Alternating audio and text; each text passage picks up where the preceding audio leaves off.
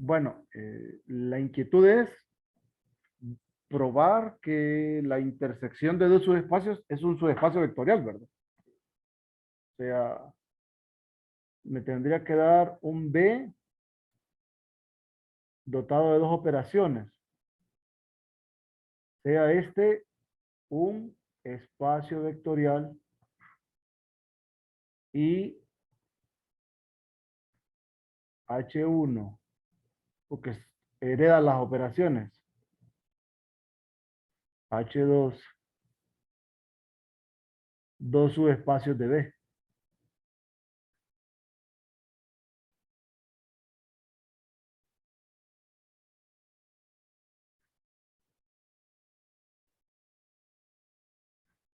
Entonces, sean B un espacio vectorial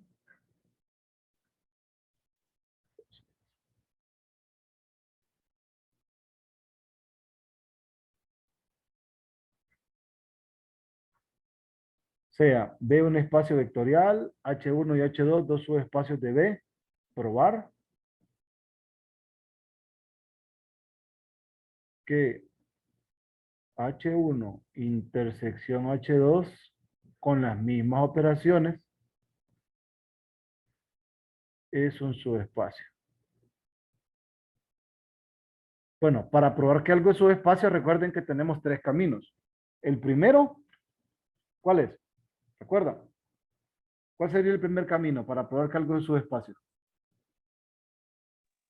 Probar todos los axiomas. Correcto. Probar que es un espacio vectorial. Ese es uno.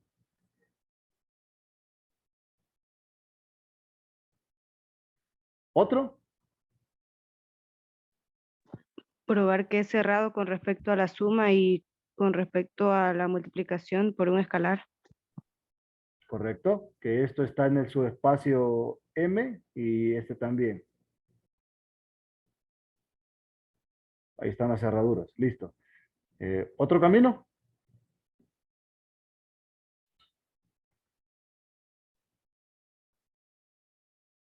Probar la combinación lineal. O sea que si U y B pertenecen a M, entonces alfa por U más beta por B está en M.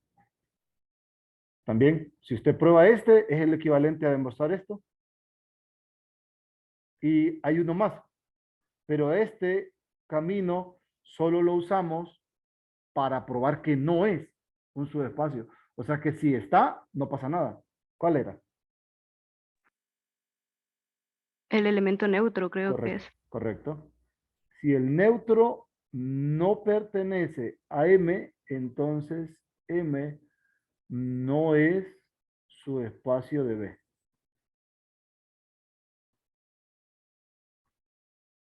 Entonces, recuerden, este de acá solamente lo usamos cuando nosotros queremos probar que no es. Pero si el neutro está, no me sirve de nada. Entonces ahí pasamos a cualquiera de las tres. Yo usualmente uso esta. Pueden usar cualquiera, ¿verdad? La que no les recomendaría, esta sí no se la recomendaría. Yo diría entre esta y esta, cualquiera de las dos, como ustedes sientan más cómodos, o si en el caso que a ustedes les preguntaran, determine. Cuando les dicen determine, lo primero es probar si el neutro está ahí. Y el neutro es el mismo, ¿verdad? Para todo el espacio vectorial. Cheque. ¿Puedo quitar esto? Sí, Listo. Entonces, como les dije, voy a irme por el camino 3. Me voy a dar sea U y B que pertenecen a H1 intersección H2. Si U y B pertenecen a H1 intersección H2, implica U pertenece a H1 y U pertenece a H2, B pertenece a H1 y U pertenece, perdón, y B pertenece a H2.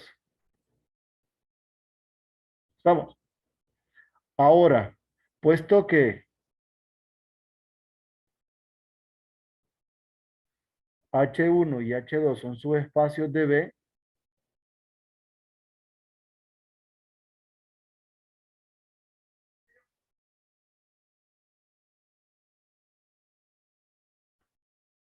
implica que para todo escalar,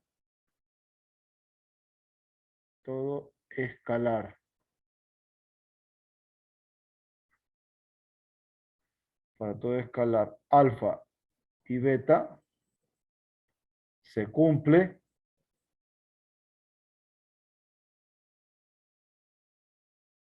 que, por ejemplo, alfa U, aquí podemos usar la notación de las operaciones alfa U más beta B pertenece a H1 y alfa por U más beta por B pertenece a H2. Miren, eso se cumple. Cumple que, se me fueron dos veces que aquí. Y si notan, este elemento es el mismo elemento que está acá. ¿Qué implica?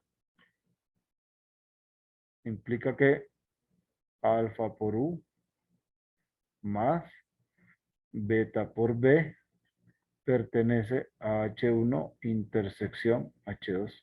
Por tanto, H1 intersección H2 con las operaciones usuales o con las operaciones dotadas en el espacio vectorial es un subespacio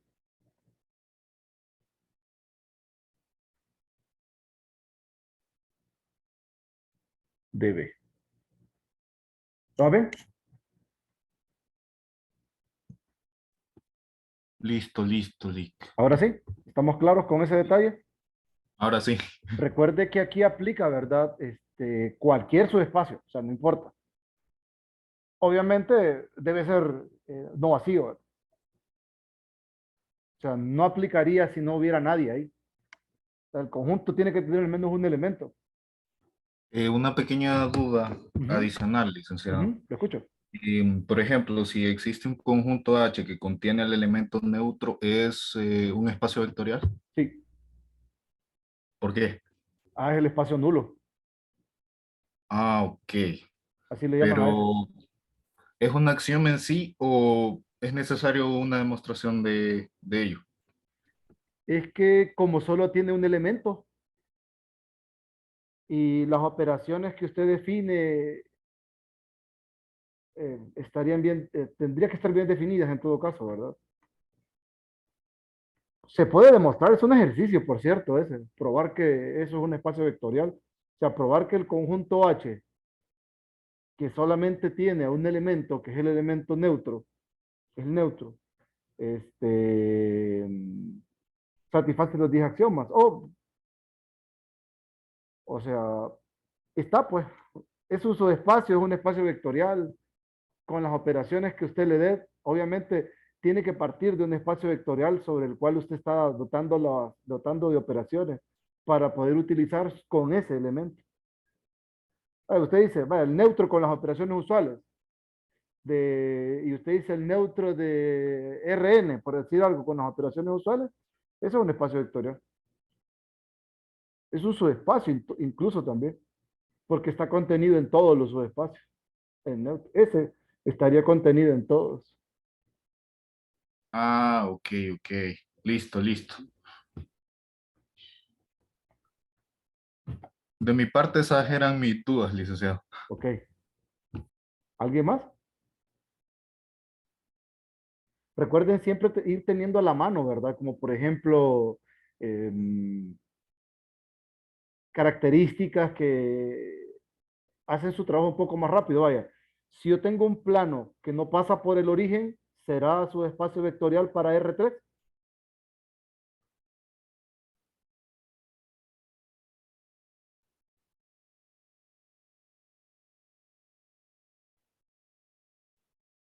Eso está en los recursos. Repita la pregunta, Liz, por favor. Si yo tengo un plano que no pasa por el origen, vaya, por ejemplo, tengo x más y más z igual a 1, con las operaciones usuales en R3, ¿ese conjunto es un subespacio vectorial? ¿Sí o no? No es, ¿Por qué no? porque el elemento neutro creo que no estaría dentro. Ah, correcto. Por esa razón. Ahora, si ya pasa, si ya nosotros tenemos un plano o una recta que contiene al neutro, para R3, por ejemplo, entonces ese sí es un subespacio. Y ahí estamos bien. Ese es uno. Tienen que ir más o menos figurándose, vaya, si usted intercepta recta y plano, ¿qué va a tener como resultado? Y ahí depende, ¿verdad? Quién sea la recta y quién sea el plano. Pero si tuviese, por ejemplo, ambos pasan por el origen, al menos el neutro está en intersección. Porque puede ser que la recta esté contenida en el plano o que la recta corte al plano en un punto. Entonces ahí, en ese caso, por ejemplo, que la recta corte al plano es donde aparece el espacio nulo, que es el espacio que solamente contiene al elemento neutro en común. Y en ese usted con las operaciones usuales prueba que es su espacio vectorial también. Pero usted ya lo sabe por este teorema. Ese es un teorema, creo, que la intersección de sus espacios vectoriales es su espacio, para el mismo espacio vectorial, obviamente. ¿No? Y es más pequeño porque aparte H1 está con H1 intersección H2 está contenido en H1 y está contenido en H2. Es más pequeño.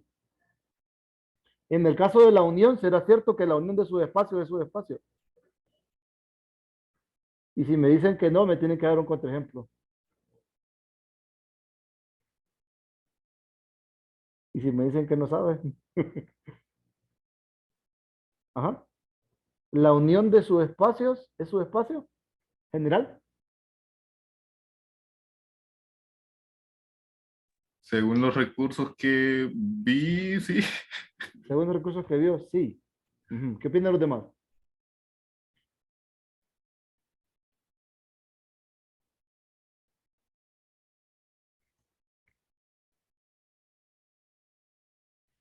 En realidad no. No es porque si usted toma, vaya, dos planos y podríamos tener una interpretación geométrica de eso. Si tomamos dos planos, imagínense que tomamos un plano que sea así.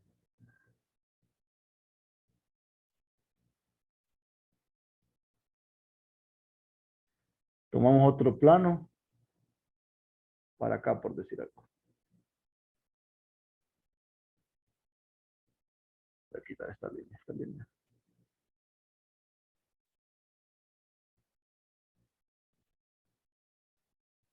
Obviamente en esta línea debería estar está el origen, ¿verdad? Entonces, si usted toma como los planos que pasan por el origen son subespacios, y cuando usted los une, en la unión están todos los elementos de acá y todos los elementos de acá. Entonces, usted toma un elemento sobre este plano, pero U está en el plano pi1, pero U no está en el plano pi2. Entonces usted toma U que pertenece a pi1, pero U no pertenece a pi2. Toma un B que pertenece a pi2, pero el B no pertenece a pi1.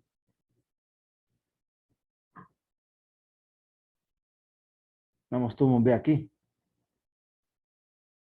Entonces, si nosotros trazamos, por ejemplo, recuerden que estos son representantes de posición, ¿verdad? Y supongamos que este es el origen. Entonces vamos a tener este el vector que va del origen a B y este el vector que va del origen a U. Entonces aplico la suma.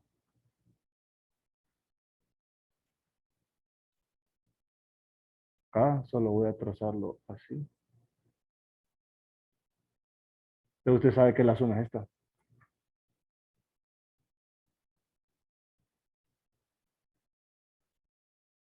Geométricamente hablando, eso es la suma. Y si se fija, U más B no está. U más B no pertenece ni a pi1 y U más B no pertenece a pi 2.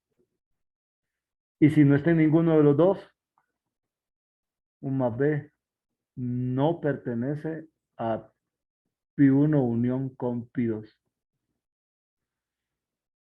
¿Me explico? Y estoy pensando en R3, ¿verdad? No se cumple.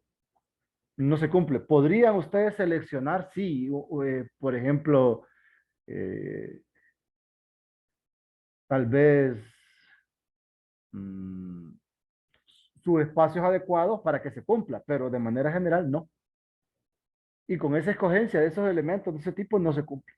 Y en los recursos lo menciono. Cuando estoy hablando de subespacios, les digo, la unión no se cumple. La intersección sí, pero la unión no siempre es cierta. Pueden haber casos particulares, pero no siempre es cierto. ¿Me explico?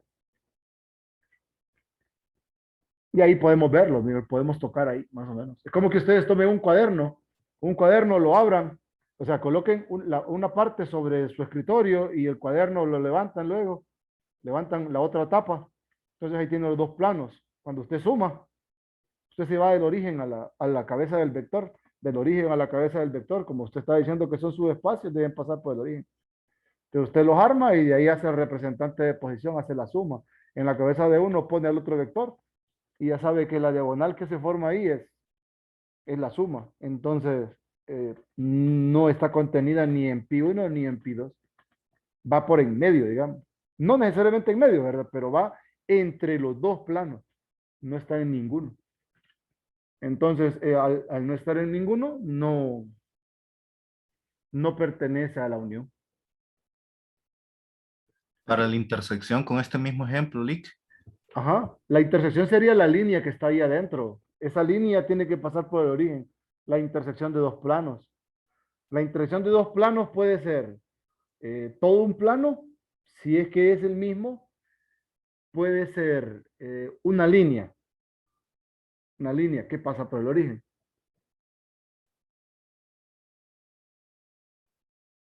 La intersección, por ejemplo, de un plano y una recta puede ser la recta o puede ser un punto, que es el origen.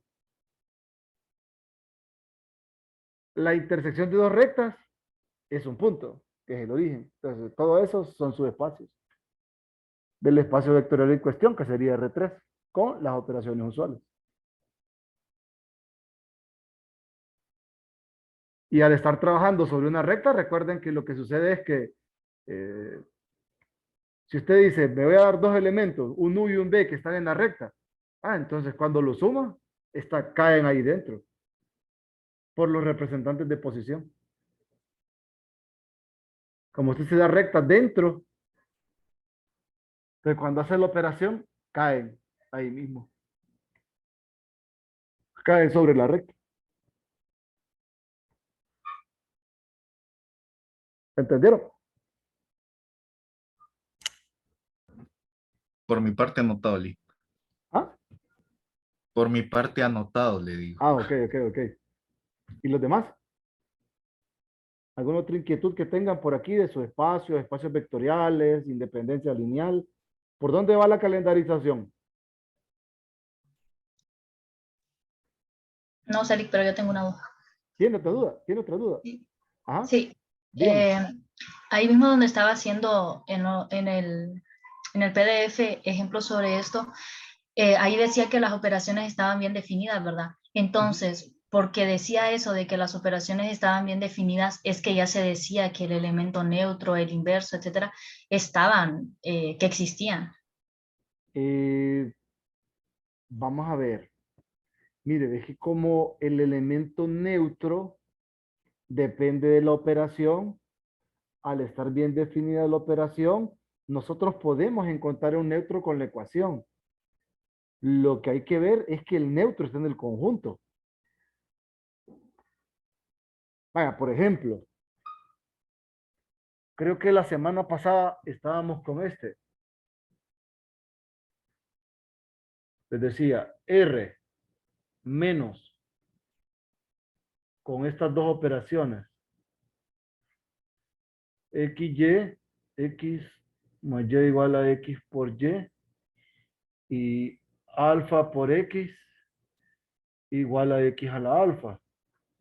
Entonces, yo le decía que el neutro para esto es 1, pero 1 no pertenece a R menos. El neutro para esta operación es 1, pero el neutro no está aquí. Entonces, no se cumple. En este caso, el neutro no está en el conjunto. O sea, la operación me dicta o me permite a mí buscar el neutro. Lo que tengo que verificar es que ya sé que satisface la ecuación. Recuerden que la ecuación del neutro es esto para cualquier elemento X del conjunto. Al considerar el neutro acá, con Y, esto me va a dar Y. Y eso solo se cumple cuando, aquí les quedaría X, perdón, aquí en esta ecuación, al operarlo les va a quedar el neutro por X igual a X. Entonces el neutro es 1, pero 1 no está en R menos, entonces no se cumple.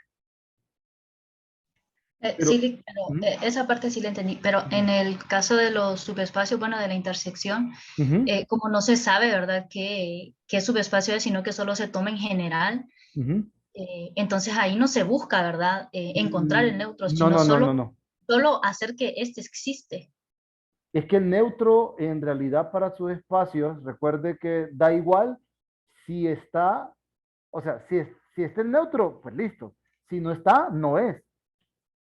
Por eso no buscamos el neutro en sus espacios, regularmente no. Salvo cuando nos preguntan determine si eso en su espacio. Pero nosotros al neutro no le damos importancia, más le damos importancia a las cerraduras o a la ecuación equivalente a las cerraduras. Bueno, a la combinación lineal equivalente a las cerraduras. Giramos en esos dos. No nos metemos en el lío del neutro en los subespacios. Pero no sé si era eso lo que usted me preguntaba. Siento que no. Sí, era algo como eso, es que solo vi que Ujú. ahí en el material decía que, por ejemplo, las condiciones 7, 8, 9 eh, se cumplían porque la operación estaba bien definida. No, no es que la operación estaba bien definida, es que es una operación definida en un espacio vectorial. Ajá. O sea, cuando usted viene del espacio vectorial y toma un subespacio, usted hereda las operaciones. Al heredar las operaciones, obviamente, todas se cumplen. Todos los de los 10 axiomas se cumplen todos los que tienen que ver con las operaciones. El 2, 3, 4, 5, el 6 ya no, el 7, 8, 9 y 10. Listo. Quedan dos en el aire, las dos cerraduras. Esas son las que usted tiene que verificar, porque como usted hereda, o sea, las propiedades se vienen del conjunto más grande al conjunto más pequeño.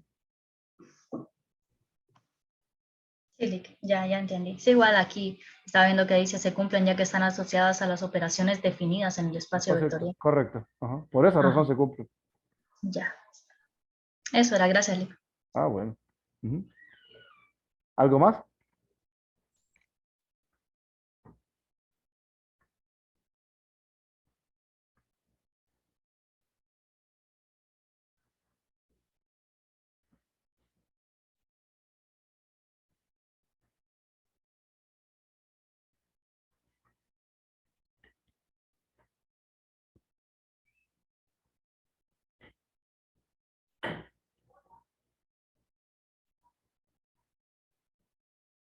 Ujú.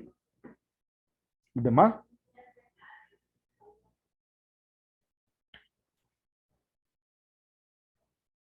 Vamos a pausar.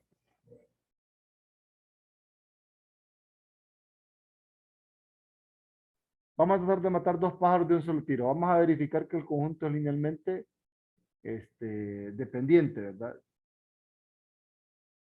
Entonces, recuerden que tenemos C1 por este primer vector, C2 por este de aquí, C3 por este de aquí, C4 por este de acá.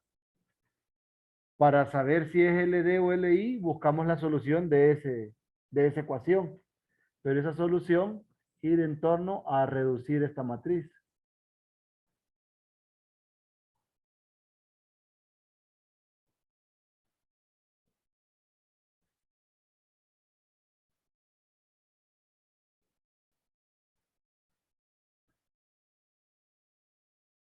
Entonces tendríamos que buscar la solución para este sistema.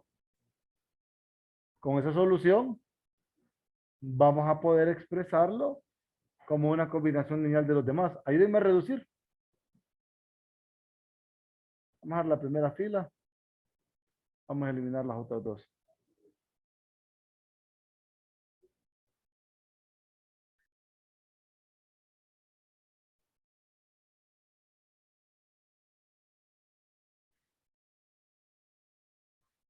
Entonces, me va a quedar 0, menos este más este menos 1, menos este más este es 1, menos este más este 1, 0. Aquí me va a quedar 0, menos 2, más 1, menos 1, menos 2, 1. Menos 2 por 2, menos 4 más 3, menos 1. Fila repetida, miren. De 0.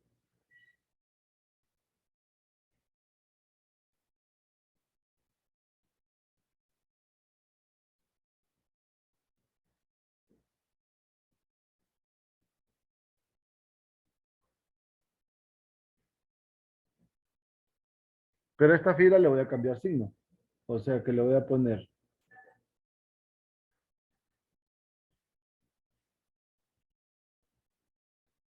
Miren. Y copio el resto. Ahí ya tengo, solo voy con la parte de adentro.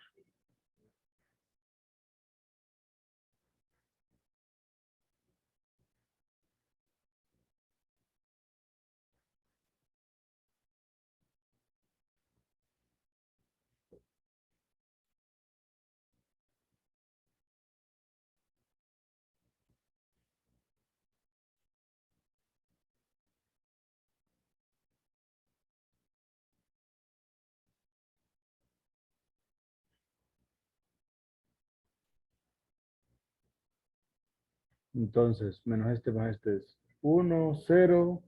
Menos este más este es 1. Y menos este más este es 1. 0. Luego 0, 0.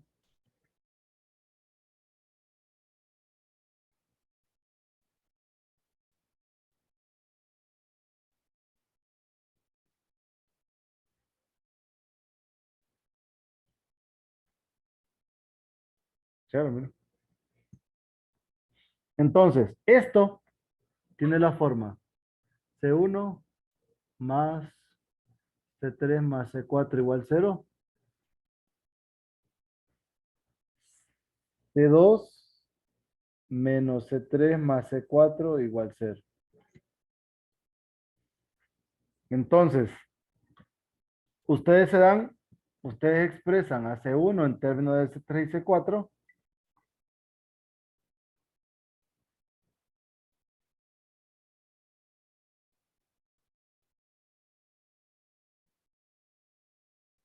Y a C2 lo expreso como, aquí me comí el C4. Y aquí lo expreso como C3 menos C4. Entonces, la combinación lineal que yo puedo tener es C1 menos C3 menos C4 por el primer vector.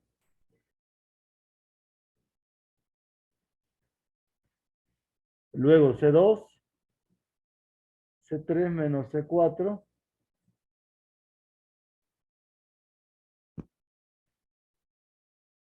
es 1, 0, 1.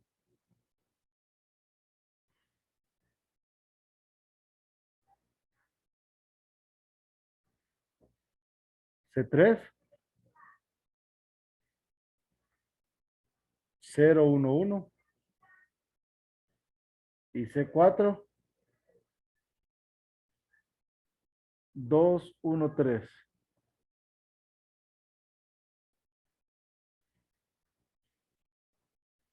Igual a el vector nulo. Entonces, ahí ustedes tienen que darle valores a 2. Vaya, por ejemplo, dicen C3 vale 1 y C4 vale 1. O dan valores distintos, no necesariamente iguales, ¿verdad? Por ejemplo, 1 y 2. Cuando denle valores de 1 y 2. C3 vale 1, C4 vale 2. Y ya tiene la combinación lineal.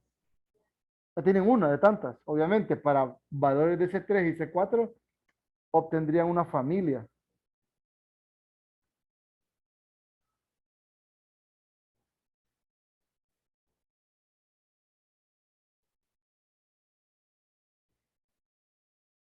¿Me entendieron?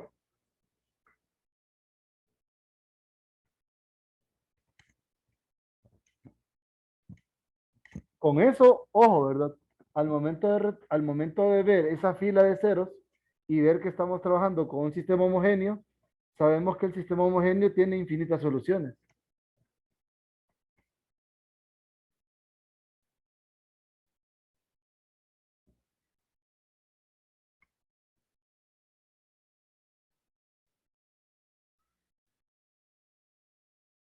Ujú. ¿Me captaron la idea o no? Jóvenes, jovencitos, buenas. Me aflige.